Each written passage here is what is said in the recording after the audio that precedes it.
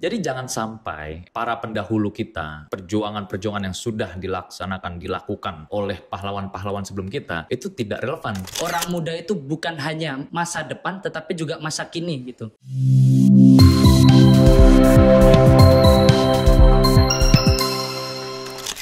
Halo, selamat siang. Bertemu lagi dengan saya Dewi di channel Berita Malang. Saya kedatangan tamu penting, dua pemuda penuh semangat, dan kami akan berbincang tentang Sumpah Pemuda. Sebelumnya, jangan lupa like, comment, and subscribe link channel kami di bawah ini. Terima kasih. Selamat sore, Mas Aska Praterona. Selamat sore, Dewi. Oke, akhirnya kita ketemu lagi di sini ya. Bagaimana kabarnya sore ini? Penuh semangat ya kebetulan, penuh semangat karena memang pertemuan kali ini sudah kita rencanakan dari begitu lamanya gitu ya, Mas Prater. Kalau dari saya sendiri senang ya diundang ke acara ini, bisa berbagi, bersharing dengan teman-teman semua, terutama orang muda itu, supaya kita membagikan semangat satu sama lain gitu. Oke, iya. Bulan ini kita peringati Hari Sumpah Pemuda yang ke-96. Sudah cukup lama, hampir 100 tahun ini ya usianya. Dan masih menggema rasanya di media sosial, di mana-mana. Tapi ingin mendengarkan refleksi dan pengalaman nyata dari Mas Aska dan Brother Ronald ini secara pribadi bagaimana memaknainya. Tapi sebelumnya kita kenalan lebih jauh dulu biar paham gitu ya. Mas Aska ini siapa, bagaimana gitu. Silakan. Mohon izin, Mas Prater, Bu Dewi, perkenalkan nama saya Aska Perlambang. Saya kerap disapa Aska, saya merupakan mahasiswa Fakultas Ilmu Administrasi, jurusan Ilmu Administrasi Bisnis, Universitas Brawijaya. Kemudian saya berumur 21 tahun, jadi usia saya ini masih tergolong pemuda, gitu ya, masih tergolong pemuda. Saat ini saya diamanahi sebagai Wakil Presiden Badan Eksekutif Mahasiswa Fakultas Ilmu Administrasi Universitas Brawijaya, seperti itu. Oke, Fakultas Ilmu Administrasi Brawijaya. Ya, benar. Oke. Terima kasih Bu Dewi. Jadi kalau saya sendiri, nama saya Pascalis Ronaldo. Teman-teman biasa memanggil saya Ronald. Dan saat ini saya menempuh pendidikan di Sekolah Tinggi Filsafat Teologi Widya Sasana Malang. Itu jurusan Filsafat Keilahian. Sekolah khusus untuk para romo, suster, biarawan-biarawati Katolik begitu. Jadi bisa dikatakan saya ini calon imam Katolik. Calon romo. Ya, betul. Nah, saat ini saya semester 7. Kemudian mengemban tugas juga sebagai Presiden BEM STFT Widya Sasana untuk periode 2024-2025. Dan kalau dikatakan pemuda, saya masih pemuda gitu. Walaupun secara usia lebih tua daripada Mas Aska, saya 23 tahun gitu. Tapi ya menurut WHO batas usia pemuda itu 24 tahun gitu. Jadi saya masih disebut pemuda gitu. Masih. Dari perawakannya kami percaya kok. Berdua ini masih pemuda gitu. Benar. Syukurlah kalau gitu. Jadi sah sore ini diundang untuk berbicara tentang Sumpah Pemuda. Sah sekali. Pasti pernah lah membaca tentang sejarah Sumpah Pemuda. Ya, pernah tentunya. Sudah pernah mengambil hal penting apa sih tentang Sumpah Pemuda ini? Oke, kalau misalnya kita melihat sejarah Sumpah Pemuda, sebelum kita bicara apa yang kita ambil gitu kan, manfaat pentingnya, kita harus pahami dulu, kita bernostalgia sejarah Sumpah Pemuda ini seperti apa. Intinya kan pada akhirnya Hari Sumpah Pemuda 28 Oktober gitu, 1928. Pada saat itu berbagai kalangan pemuda dan pemudi dari berbagai daerah, suku, ras, agama, hingga latar belakang itu bersatu dengan mengucapkan satu ikrar, yaitu makna dari Sumpah Pemuda itu sendiri, ya kan. Jadi pada akhirnya yang harus kita ambil adalah bagaimana pada akhirnya keberagaman, perbedaan yang ada itu bukan untuk memecah belah, tapi menjadi suatu kekuatan untuk kita mencapai tujuan yang mulia. Seperti itu, Bu Dewi. Oke. Ya, terima kasih Mas Aska jawabnya. Pak Ronald. Oke, kalau dari saya sendiri, Sumpah Pemuda hal yang penting ya. Yang penting dari Sumpah Pemuda yang saya pelajari selama ini dan saya refleksikan itu adalah prosesnya. Jadi bagaimana di balik ikrar Sumpah Pemuda itu ada proses yang panjang begitu. Ya, walaupun dalam pelajaran dari SD sampai dengan SMA itu hanya dikisahkan bagaimana kongres pertama, kongres kedua sampai akhirnya lahir Ikrar Sumpah Pemuda itu, tapi di balik itu tentu ada proses yang lebih panjang lagi gitu. Nah, hal penting inilah yang saya pelajari, bagaimana adanya proses panjang itu. Jadi sesuatu yang bermakna, bernilai itu tidak hanya tercapai langsung pada saat itu gitu. Tapi ada proses panjang yang harus dilalui, jatuh bangunnya bagaimana. Ya tentu pada masa itu diskusi di dalam perbedaan itu bukan satu hal yang mudah begitu. Terutama mereka dari berbagai latar belakang seperti dikatakan Mas Aska tadi, suku, budaya, bahasa, ras, agama dan segala macamnya. Mereka berkumpul itu mendiskusikan satu visi bersama itu tidak mudah gitu. Bukan seperti sekarang kami berorganisasi yang sudah dari kampus menentukan visi dan misi kampus, kemudian kami hanya menjabarkan dalam visi misi kami sebagai anggota organisasi dalam program-program kerja kami. Bukan seperti itu, tapi bagaimana mereka melahirkan visi misi yang benar baru itu satu hal yang sulit gitu. Dan proses panjang inilah yang saya nilai sebagai nilai penting. Oke. Bisa memahami bahwa itu ada suatu proses gitu ya, dan itu menghadapi situasi dan situasi. Oke. Tadi Mas Aska bilang bahwa keragaman ini bukan menjadi perbedaan, tapi untuk disatukan. Bagaimana tadi? Benar. Bahwasanya pada Hari Sumpah Pemuda 28 Oktober itu menunjukkan keberagaman yang ada, perbedaan yang ada, itu bukan untuk memecah belah, tapi untuk menjadi suatu kekuatan, ya kan? Sumpah Pemuda ini kan dilaksanakan, Sumpah Pemuda ini kan lahir bahkan sebelum dari proklamasi Indonesia terlaksana, 28, ya kan? 1928 gitu kan. Maka dari itu menunjukkan bahwasanya perbedaan yang ada pada akhirnya dapat menjadi suatu kesatuan yang memiliki satu tujuan utama yang mulia tentunya. Seperti itu Bu Dewi. Oke. Relevan dengan situasi saat ini? Oke, menarik. Pertanyaan langsung ditembak saya gitu. Apakah masih relevan gitu kalau misalnya ditanya keberagaman yang ada apakah menjadi suatu kekuatan di saat ini?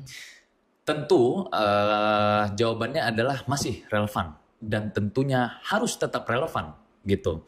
Jadi jangan sampai para pendahulu kita, perjuangan-perjuangan yang sudah dilakukan oleh pahlawan-pahlawan sebelum kita itu tidak relevan gitu, ya kan? Nah, kita peran-peran pemuda yang sekarang ini harus memiliki peran yang baik. Dengan apa? Meneruskan dan tongkat estafetnya itu dengan apa? Memperjuangkan supaya makna Sumpah Pemuda ini bisa tetap relevan. Itulah kehadiran kami berfungsinya seperti itu. Oke. Supaya keragaman itu menjadi kekayaan dan benar, kekuatan, bukan perbedaan yang benar perang gitu. Oke. Nah, kalau Frater tadi yang menarik, sadar akan proses, nggak tiba-tiba yang namanya Ikrar Sumpah Pemuda itu terbentuk gitu. Frater sempat cermati nggak dinamika tokoh-tokohnya gitu? Atau maksudnya gini, siapa-siapa yang terlibat? Lalu bagaimana itu proses terbentuk Kongres 1, Kongres 2 itu? Oke, jadi ini pertanyaan yang cukup menarik ya, karena di buku-buku pelajaran sejarah yang saya baca dari SD sampai SMA itu tidak terlalu banyak diulas begitu, sehingga ya beberapa kali saya harus mencari dan memperdalam sendiri ini. Iya, karena pelajarannya kan untuk sekolah kan? Iya, betul. Mereka ya terbatas. Jadi terbatas memang dibatasi gitu. Jadi ya saya sebagai mahasiswa harus menggali lebih dalam gitu. Inilah fungsi saya sebagai mahasiswa begitu. Nah, jadi kalau dikatakan saya mendalami atau melihat bagaimana masing-masing tokoh itu, memang saya tidak terlalu melihat bagaimana peran mereka. Karena dalam buku sejarah, dalam beberapa web yang saya baca pun, web-web sejarah ataupun majalah-majalah terkait dengan Sumpah Pemuda, berita-berita yang banyak dituliskan tokohnya adalah Sugondo gitu. Ini selaku ketua Kongres kedua. Nah, itu. Ini yang banyak dituliskan, tapi bagaimana kemudian saya melihat masing-masing dari perwakilan setiap, ya istilahnya zaman dulu itu jong gitu ya. Ya kalau sekarang pulau atau provinsi gitu ya, bisa dikatakan suku. Begitu. Ya, suku gitu. Itu masing-masing ada gitu. Dari Jawa, Bugis, Ambon dan seterusnya, Borneo itu semuanya ada gitu. Dengan kata lain, masing-masing ini menjadi perwakilan dari daerah mereka gitu. Membawa keunikan, kekhasan daerah mereka masing-masing gitu. Nah, tentunya setiap daerah memiliki keunikan yang berbeda. Nah, proses panjang inilah yang kemudian mereka satukan dalam Kongres Pemuda pertama dan Kongres Pemuda kedua gitu. Walaupun jarak antara Kongres pertama dan kedua itu cukup panjang ya. 2 tahun itu bukan waktu yang singkat gitu. Terutama untuk orang yang mau berdiskusi untuk rapat bersama menentukan satu visi misi yang sama itu 2 tahun itu kalau kita mungkin udah nguap semua itu. Butuh komitmen ya. Iya, betul gitu. Itu bukan waktu yang singkat gitu. Nah, proses inilah yang kemudian saya lihat, saya dalami, dan kemudian dari tokoh-tokoh itu ada satu yang menarik bagi saya gitu. Ini yang mungkin jarang dibahas atau dimention gitu. Bahkan dari saya sendiri pun, saya yang bisa dikatakan suku Jawa menggemari tokoh ini begitu. Jadi tokoh ini namanya Dr. Johannes Leimena. Ini dari Jong Ambon. Jadi memang beliau ini putra Ambon, dokter, ya bisa dikatakan status sosialnya pada masa itu tinggi begitu. Dan beliau mau meluangkan waktunya untuk rapat, untuk mendiskusikan masalah bangsa Indonesia yang pada saat itu ya, belum bersatu lah istilahnya begitu. Nah, kemudian apa yang saya nilai ataupun nilai apa yang saya ambil dari tokoh ini itu adalah bagaimana sebagai dokter dia pasti punya kepekaan sosial gitu. Punya kepekaan sosial dan juga punya kasih dalam pelayanan. Nah, inilah yang saya teladani dari beliau begitu. Bahkan ketika saya awal kuliah sekitar tahun 2022 ada satu teman yang mengirimkan kepada saya satu link webinar dari Institut Leimena gitu. Saya waktu itu enggak tahu ini institut apa gitu kan. Saya pikir ini perguruan tinggi atau apa. Setelah saya cari kemudian, oh ternyata terinspirasi dari tokoh ini gitu. Dan kok kayaknya saya pernah dengar nama ini, Leimena. Saya pastikan lagi, oh ternyata benar. Ini salah satu tokoh Sumpah Pemuda gitu dalam Kongres Pemuda II. Dan kemudian nilai-nilai atau semangat keberagaman dan juga persatuan yang beliau junjung diteruskan oleh institut ini gitu. Jadi bagaimana nilai-nilai yang dalam Sumpah Pemuda itu tidak mati begitu saja, tapi ternyata ada yang meneruskan, baik itu dari semangat tokohnya maupun dari nilai ikrar itu sendiri gitu. Nah, inilah proses panjang inilah yang akhirnya ternyata berbuah manis gitu. Ada buahnya gitu dan bisa dirasakan. Puji syukur Dr. Leimena. Ya. Bahkan ada yang peka gitu bahwa Dr. Leimena ini hadir saat itu, terlibat saat itu, punya motivasi kasih tadi ya. Iya, Waduh, betul. tertangkap pasti langsung masuk terus tersuntik. Semoga melanjutkan. Gitu. Amin. Nah, maksudnya begitu sebenarnya, Bu. Kalau di sekolahan yang kita tahu setiap tanggal 28 Oktober itu upacara bendera, memperingatinya begitu. Sehingga anak-anak yang masih usia sekolah, SD, SMP, SMA tuh masih diingatkan untuk hadir dan memaknai. Kalau mahasiswa ini gimana? Oke, kita tentunya berbeda Bu Dewi dengan siswa dan siswi gitu ya. Kalau misalnya seperti yang Ibu Dewi bilang tadi, bahwasanya kalau teman-teman SMA, SMP, SD gitu, kalau Hari Sumpah Pemuda mereka memperingatinya dengan upacara bendera. Tapi berbeda dengan mahasiswa tentunya. Kita kalau misalnya lagi Hari Sumpah Pemuda, kita memperingatinya dengan berbagai macam hal gitu. Bisa dari kebetulan kami tadi BEM-VIA sama BEM Fapet peternakan kita melakukan aksi nyata, aksi sosial dengan melakukan donor darah bekerja sama dengan PMI Kota Malang gitu. Nah, kami memperingati Hari Sumpah Pemuda dengan kegiatan donor darah ini dengan tema yaitu satu darah Brawijaya untuk kehidupan masyarakat gitu kan. Nah, jadi memperingatinya itu kita dengan melakukan aksi-aksi sosial seperti ini salah satunya gitu kan. Bayangkan berapa banyak mahasiswa perantau ataupun dari lokal Malang gitu, berbagai suku, ras, agama, mereka berupaya yang terbaik untuk memberikan setetes darah apapun yang mereka miliki demi mereka yang membutuhkan gitu, demi pasien yang membutuhkan. Itu kan menunjukkan bahwasanya sikap kepedulian, sikap gotong royong tanpa mempertimbangkan berbagai perbedaan yang ada, yang kita inginkan satu, yaitu manfaat yang banyak untuk masyarakat yang membutuhkan. Tapi selain aksi sosial tadi juga sebenarnya banyak juga kegiatan-kegiatan yang mungkin dilakukan oleh mahasiswa-mahasiswa lainnya. Biasanya itu kami melakukan beberapa kajian gitu. Kalau berbicara memperingati Hari Sumpah Pemuda, tentunya kita akan bernostalgia gitu. Biasanya kita membuat suatu kajian atau infografis sekiranya yang bisa meningkatkan awareness ataupun kesadaran terhadap Sumpah Pemuda dari maknanya atau mungkin bisa juga sejarahnya. Karena juga ada yang melakukan diskusi publik gitu Bu, seperti beberapa mahasiswa melakukan diskusi publik terkait Sumpah Pemuda, bagaimana cara kita pemuda-pemudi yang hadir sekarang di muka bumi di Indonesia terkhususnya untuk bisa menerapkan dan mengimplementasikan nilai-nilai ataupun budaya yang pada akhirnya tercantum pada Sumpah Pemuda itu sendiri, begitu Ibu Dewi. Oke, itu sambil disadari bahwa ini dalam rangka Hari Sumpah Benar, Pemuda. itu sambil disadari bahwasanya ini dilaksanakan dalam rangka Hari Sumpah Pemuda tentunya. Kalau di STFT ada cerita juga kah atau bagaimana? Oke, kalau di kampus kami STFT biasanya lebih pada hal-hal akademik begitu. Jadi bagaimana kami mengadakan lomba-lomba, entah itu lomba esai ilmiah di dalam lingkup kampus sendiri maupun juga kadang kami mengadakan secara tingkat nasional begitu. Secara tingkat yang bisa menjangkau lebih banyak mahasiswa dan masyarakat umum. Tapi terkhusus kami menjangkaunya mahasiswa begitu. Lalu selain itu juga yang paling sering dilakukan itu adalah melalui diskusi atau webinar. Jadi webinar ini kayak mengundang satu tokoh yang memang itu dari kalangan pemuda dan cukup memberikan inspirasi begitu. Lalu juga kemudian diperkuat dengan dari golongan ya bisa dikatakan golongan tua gitulah. Dari golongan tua dosen begitu. Itu untuk memperkuat bagaimana sebenarnya orang muda ini harus bertindak gitu. Jadi melalui diskusi-diskusi seperti ini, hal-hal seperti ini kami berusaha untuk ya mengingatkan mereka bahwa ini loh ada momen Sumpah Pemuda gitu yang harus kita ingat bersama gitu. Tapi sebenarnya tujuan kami adalah bukan hanya mengingatkan Sumpah Pemuda itu saja bahwa ada momen Sumpah Pemuda, tapi bagaimana di balik Sumpah Pemuda itu ada maknanya gitu.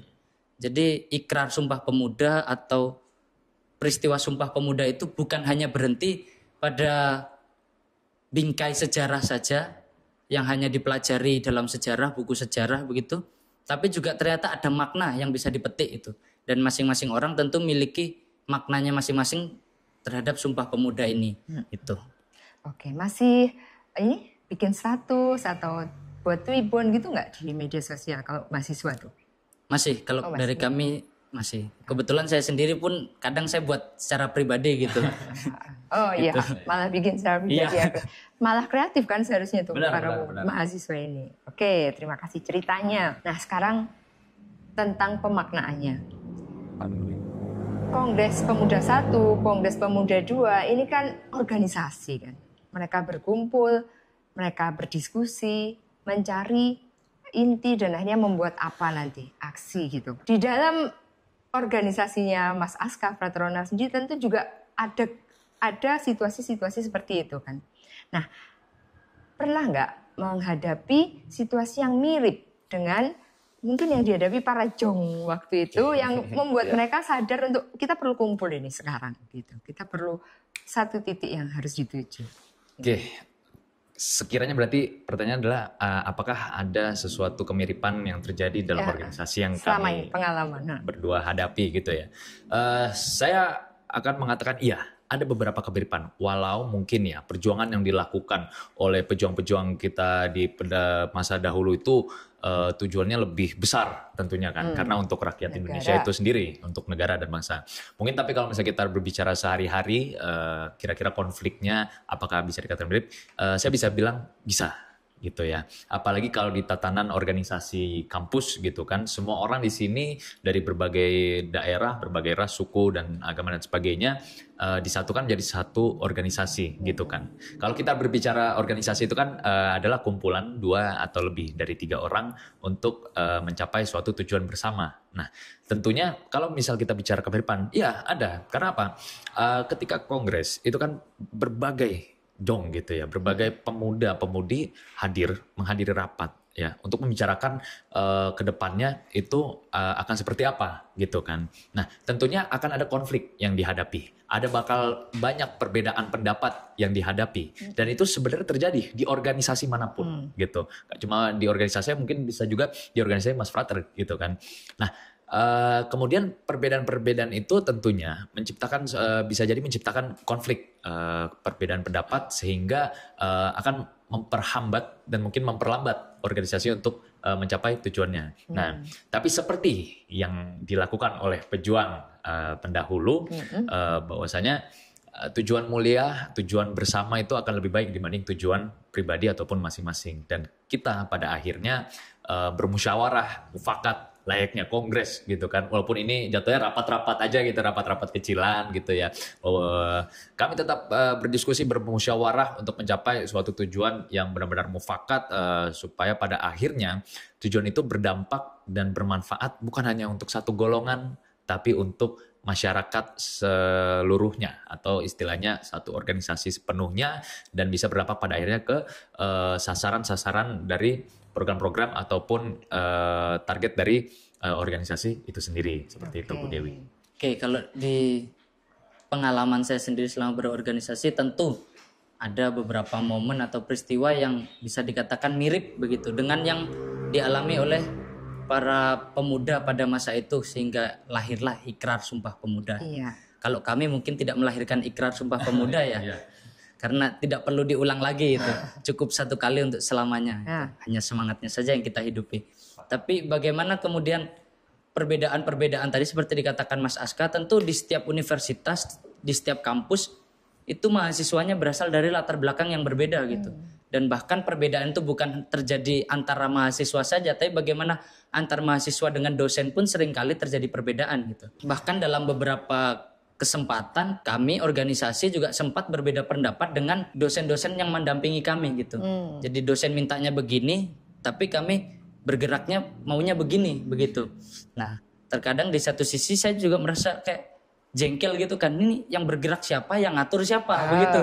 Cuma kembali lagi pada tujuan dari organisasi itu sendiri. Jadi bahwa organisasi kami, ya BEM STFT, dibentuk untuk mengayomi seluruh sivitas akademika, baik dosen maupun mahasiswa gitu. Bahkan termasuk karyawan.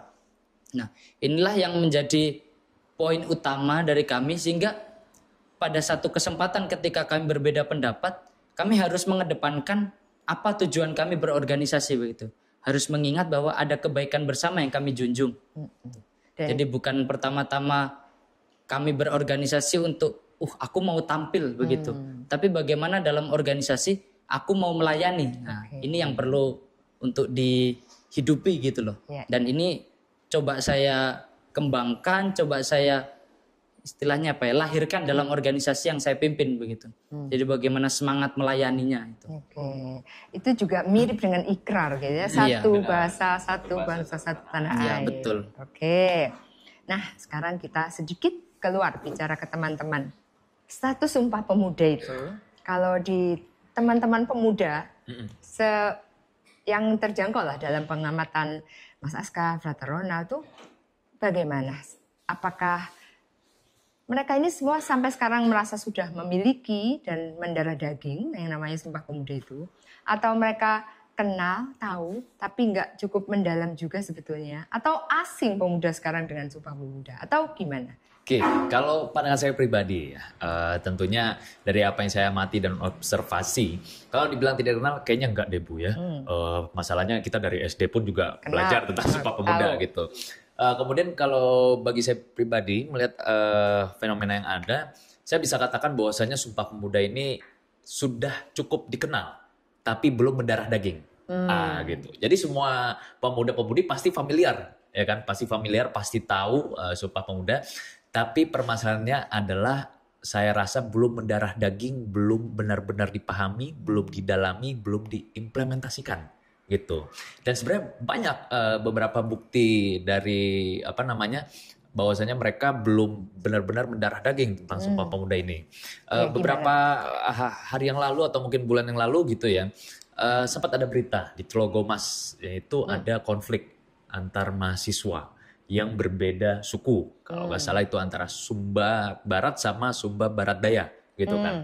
Mereka sama-sama Sumba, sama-sama Sumba, tapi beda lokasinya saja gitu kan. Tapi mereka ini memiliki konflik sampai merusak, menghancurkan kontrakan gitu ya sama mahasiswa. Nah, itu kan menunjukkan bahwasanya tidak semua pemuda, pemudi maupun mahasiswa itu benar-benar mendalami makna Sumpah Pemuda itu, ya kan? Yang tadi saya bilang, Bu Dewi, keberagaman ini harusnya bukan untuk memecah belah, tapi untuk menjadi satu kekuatan. Tapi nggak semua orang memahami hal itu, yang pada akhirnya menimbulkan konflik yang tidak hanya merugikan dirinya sendiri, merugikan golongan lain, tapi juga merugikan para pemuda itu sendiri, ya kan? Harusnya kita mahasiswa sebagai agent of change gitu kan, sebagai roda motor pembaharuan itu harusnya mengabdikan diri kita sebaik-baiknya gitu kepada masyarakat, sesama pemuda-pemudi untuk tidak melakukan hal yang menyeleweng gitu ya, baik dari norma ataupun aturan. Maka pada akhirnya saya statementkan kembali bahwasanya Sumpah Pemuda sudah cukup dikenal, tapi belum mendarah daging bagi seluruh halayak pemuda-pemudi, seperti itu. Kalau ada masalah lupa sama Sumpah Pemudanya gitu ya. Ya Benar, kalau ada masalah lupa sama Sumpah Pemuda, tapi menjelang tanggal 28 nanti ingat lagi gitu. Nah, ini yang sebenarnya harus kita pahami, konsisten dan komitmennya itu yang harus kita pegang, ya kan. Bukan kalau Mas Pratu tadi bilang ya kan, bukan masalah peringatinnya gitu, tapi bagaimana cara kita memaknainya dan mengimplementasikannya dalam kehidupan sehari-hari. Kalau saya sebenarnya setuju dengan yang dikatakan Mas Aska tadi tuh. Jadi bagaimana Sumpah Pemuda itu pasti banyak yang sudah mengenalnya. Bahkan mungkin hafal isinya gitu. Satu bahasa. Pemuda sekarang ya? Iya, satu bahasa, satu bangsa, dan satu tanah air gitu. Tapi itu tadi kembali, itu tadi hanya menjadi bingkai sejarah gitu, sehingga tidak mendarah daging. Seperti dikatakan Mas Aska tadi. Hanya menjadi bingkai sejarah yang itu ya cukup tahu aja gitu, bahwa oh ada Sumpah Pemuda. Oh, dalam perjalanan sejarah bangsa Indonesia ada momen ini diperingati setiap tanggal ini gitu. Nah, syukur-syukur kalau mereka ingat gitu loh. Bahkan ada mungkin beberapa orang muda yang sekarang lupa gitu loh. Nah, inilah yang bagaimana sebenarnya Sumpah Pemuda ini dikenal hanya sebatas dikenal saja, tapi tidak didalami atau tidak direfleksikan maknanya gitu. Jadi mereka tidak tahu makna dari Sumpah Pemuda, hanya sebatas tahu bahwa itu ada dalam buku sejarah gitu. Perlu dong berarti ya dihidupkan itu. Perlu sekali. Jadi ya kita yang sebagai mahasiswa terutama ini perlu untuk menggaungkan semangat Sumpah Pemuda itu. Ya karena kita mahasiswa nih kan tergolong pemuda ya. Jadi kalau dikatakan ya 99% mahasiswa itu di Indonesia ini pemuda gitu, pemuda dan pemudi. Jadi kita sendiri yang perlu menggaungkannya. Oke. Nah, sekarang mumpung Anda berdua ini sudah jadi pemimpinnya mahasiswa kan saat ini. Amanat apa dari Sumpah Pemuda yang dipilih untuk terus selalu dihidupkan dan bagaimana caranya? Oke, kalau dari saya sendiri, satu amanat dari saya tuh yang perlu diingat dari Sumpah Pemuda ini, yang ya mungkin bisa dikatakan ini semangat yang sama yang ditulis oleh Paus Fransiskus dalam dokumennya untuk orang muda gitu. Ini saya kutip sedikit dari dokumen Paus Fransiskus yang berjudul Christus Vivit, artinya Kristus hidup. Dikatakan bahwa orang muda itu bukan hanya masa depan tetapi juga masa kini gitu. Jadi jangan berpikir bahwa oh, aku orang muda, aku masa depan bangsa. Bukan, tapi bagaimana orang muda juga menjadi masa kini dari bangsa Indonesia gitu. Jadi pemahaman ataupun pemaknaan inilah yang perlu ada dalam jiwa orang muda gitu. Jadi saya sendiri pun sebagai orang muda, ya terkadang saya berpikir, wah nanti ajalah ketika saya menjadi orang besar baru saya berguna atau baru saya bertindak demikian gitu. Nah, itu secara tidak langsung mengatakan bahwa saya masa depan bangsa gitu. Tapi saya mencoba merefleksikan kembali apa yang bisa saya perbuat hari ini gitu. Hari ini, sekarang gitu. Nah, dari situ kemudian muncullah semangat bahwa orang muda itu masa kini dari bangsa Indonesia, bukan hanya masa depan gitu. Oke, quotes baru ini, Mas. Iya. Orang muda itu masa kini dari bangsa itu gitu. Iya, betul sekali. Oke, Mas Aska. Oke, kalau saya memaknai Sumpah Pemuda berarti memaknai semboyan bangsa kita. Bhinneka Tunggal Ika, yang berarti kan berbeda-beda tapi tetap satu gitu kan. Nah pada akhirnya kita sebelum kita memaknai Sumpah Pemuda, maka kita harus tahu dulu semboyan inilah yang pada akhirnya juga mendorong para pemuda-pemudi ini untuk saling bergotong royong, untuk saling mengintegrasikan perbedaan sosial yang ada, untuk saling mentoleransikan antara satu dengan lainnya, walaupun ada pluralisme yang terjadi. Nah, sehingga kita sebagai pemuda-pemudi zaman sekarang ada 4 poin kalau bagi saya yang menurut saya penting sekali supaya kita dapat memaknai Sumpah Pemuda ini lebih dalam. Yang pertama itu tentunya semboyan kita. Itu harus kita terapkan, jadikan prinsip gitu kan dalam kita bersosialisasi terhadap satu sama lain. Yang kedua yaitu gotong royong gitu, supaya kita memiliki rasa peduli antara satu sama lain. Nggak mungkin kita berbeda-beda, tapi kita nggak saling membantu gitu kan. Seperti yang saya bilang tadi, perbedaan itu harusnya menciptakan suatu kekuatan, bukan memecah belah. Yang ketiga yaitu kesadaran akan perbedaan itu sendiri, pluralisme, dan juga bagaimana cara kita bisa bertoleransi antara satu sama lain gitu, tanpa memandang latar belakang, suku, agama, ras, dan daerah gitu. Dan yang tentunya yang keempat yaitu integrasi sosial gitu. Bagaimana cara kita menciptakan suatu kohesi sosial pada perbedaan sosial yang ada. Seperti itu Bu Dewi. Oke. Jadi dari Mas Aska tadi perbedaan itu adalah kekuatan. Ya, benar. Oke. Benar, sepakat. Dan dari Frater Ronald bahwa pemuda itu adalah masa sekarang suatu bangsa gitu ya. Mari kita gaungkan itu supaya segera sadar dan diterapkan. Nggak usah tunggu masa nanti-nanti, tapi sekarang juga dilakukan. Pesan apa ini yang ingin disampaikan oleh Mas Aska kepada audiens kita? Oke, untuk audiens yang sedang menonton episode kali ini, saya harap Anda pemuda-pemudi yang ada dan merasa hidup sekarang tentunya pastikan semua perbedaan yang ada itu tidak dijadikan alasan untuk kita memecah belah, untuk menjadikan kita berkonflik antara satu sama lainnya. Tapi jadikanlah perbedaan dan keberagaman yang ada menjadi kekuatan kita untuk mencapai tujuan yang mulia, untuk mencapai manfaat yang sebanyak-banyaknya, bukan hanya untuk diri kita, tapi untuk bangsa, nusa, dan negara. Seperti itu. Oke, dari Frater Ronald sekarang. Oke, kalau dari saya sendiri pesan untuk teman-teman muda yang menonton ini ya, sebenarnya bukan untuk orang muda saja ini, tapi juga untuk seluruh yang menonton ini termasuk orang tua. Kita bersama-sama membangun bangsa ini gitu. Karena bangsa Indonesia ini bangsa yang besar, tidak cukup hanya dibangun oleh 1-2 orang saja gitu. Butuh banyak pemuda, butuh banyak orang untuk membangun bangsa ini gitu. Maka kita sebagai orang muda harus bekerja sama, bergotong royong, bergandeng tangan untuk membangun bangsa ini. Nah, untuk orang-orang tua, mari kita dukung anak-anak muda untuk bersama-sama berjuang gitu. Jangan kita halangi perkembangan, kreativitas, dan juga hal baik yang dilakukan oleh anak-anak muda ini. Apapun yang dilakukan anak muda, selama itu baik, mari kita dukung. Oke, terima kasih Mas Aska, Frater Ronald atas bincang-bincang sore ini. Terasa spirit Sumpah Pemudanya. Semoga itu bisa menular kepada yang menonton.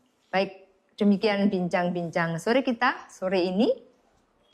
Kita bertemu lagi di channel selanjutnya dengan topik yang tentunya tidak kalah menarik. Selamat sore, terima kasih semuanya. Terima kasih, selamat sore. Terima kasih Mas Aska, terima kasih Frater.